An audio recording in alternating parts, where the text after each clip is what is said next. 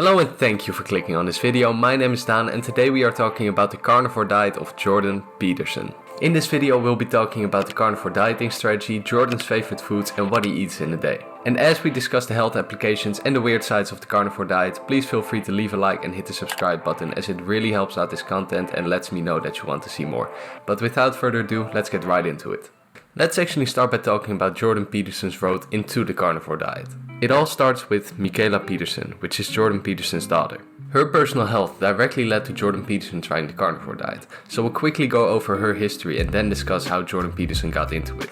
Mikhaila's health problems started very early in life. She was diagnosed with juvenile rheumatoid arthritis at age 7, depression in grade 5, and she suffered from extreme fatigue at age 14. And then at age 17 she already had to have a hip and ankle replaced. At age 20 she started putting on weight at a rapid rate, and at age 22 she suffered from rashes and cystic acne that wouldn't heal. And what's even more, she was also diagnosed with idiopathic hypersomnia and was on a high dose of amphetamines for 2 years. After a ton of research and a 23andMe DNA test, Mikhaila uncovered that she had the celiac gene. Celiac disease is a serious autoimmune disease that occurs in genetically predisposed people where the ingestion of gluten leads to damage in the small intestine and thus could very likely benefit from cutting out gluten. Other than some slight improvements, nothing happened. She continued experimenting and eventually went on a strict elimination diet where she finally saw an improvement in her arthritis, skin and mood problems. For a long time, Mikhaila tried to reintroduce different foods, but it just did not work. And after seeing her dad suffer with similar health problems, depression, tiredness, GERD, weight gain, she convinced him to give the same elimination diet a try. And eventually, at the recommendation of Charlene Anderson and Dr. Sean Baker, they tried the carnivore diet. So as we can see, Jordan's endeavors into the carnivore diet were not based on curiosity nor pleasure. It was mainly focused on his health and the health of his daughter. Which brings up the question, how would a carnivore diet actually help someone to feel better? A person eating the carnivore diet eats animal products only, dairy, meats, eggs and no plant products. And there are two main ways that people approach the diet. The first reason, however, is much more popular. People like Jordan say they experience great benefits when eliminating food groups that they might be irritated to. Eating a wide variety of meats can actually give you a lot of the compounds that you require in your diet, as seen here. This video is by what I've learned and it shows you that eating a wide variety of cheeses, dairy, eggs and everything can often provide you with the compounds that you require on a normal healthy diet.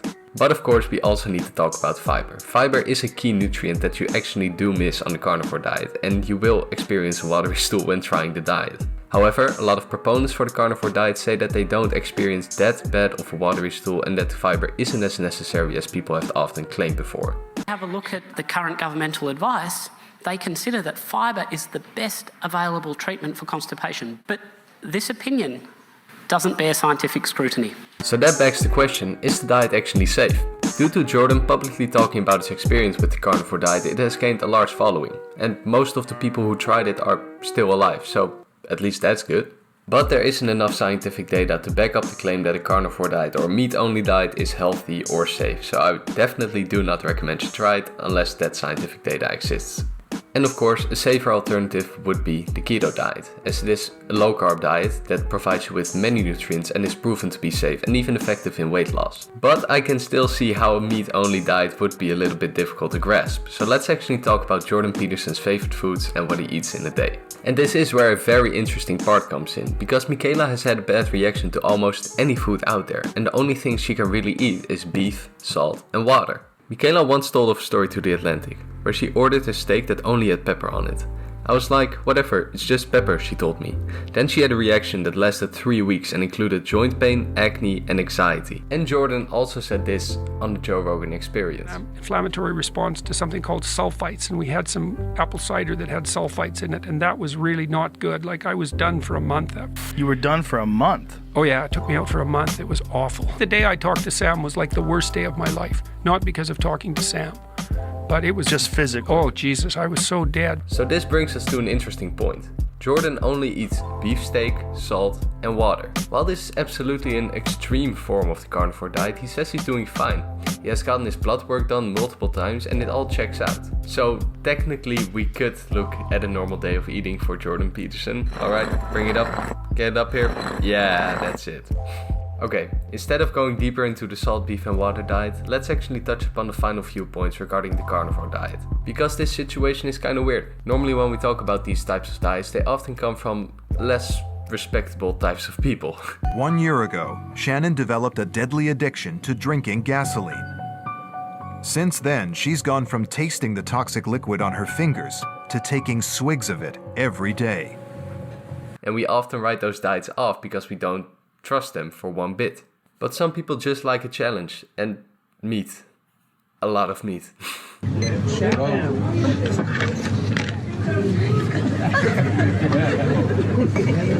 But I do think that for at least 99.999% of people, the carnivore diet is definitely not the best strategy. There's just so little to gain for them. And I'm definitely aware that the hype surrounding the carnivore diet has slowed down a lot recently. But I do think there's one very interesting thing left that we really should discuss. And that is, of course, that people like Mikhaila and Jordan both thrive on this type of diet, which is incredible. And that is to say, of course, that when looking at scientific data regarding diet, there are so many factors that we should take into account, and everyone is different.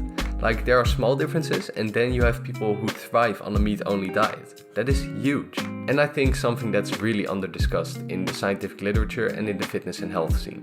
Which is to say, of course, that everyone has small differences, so do you.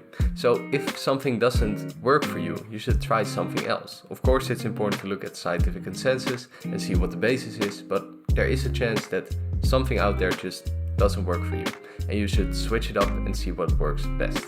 So once again, thank you guys so much for the subscribes, likes, sharing this video with a friend, really helps out the channel.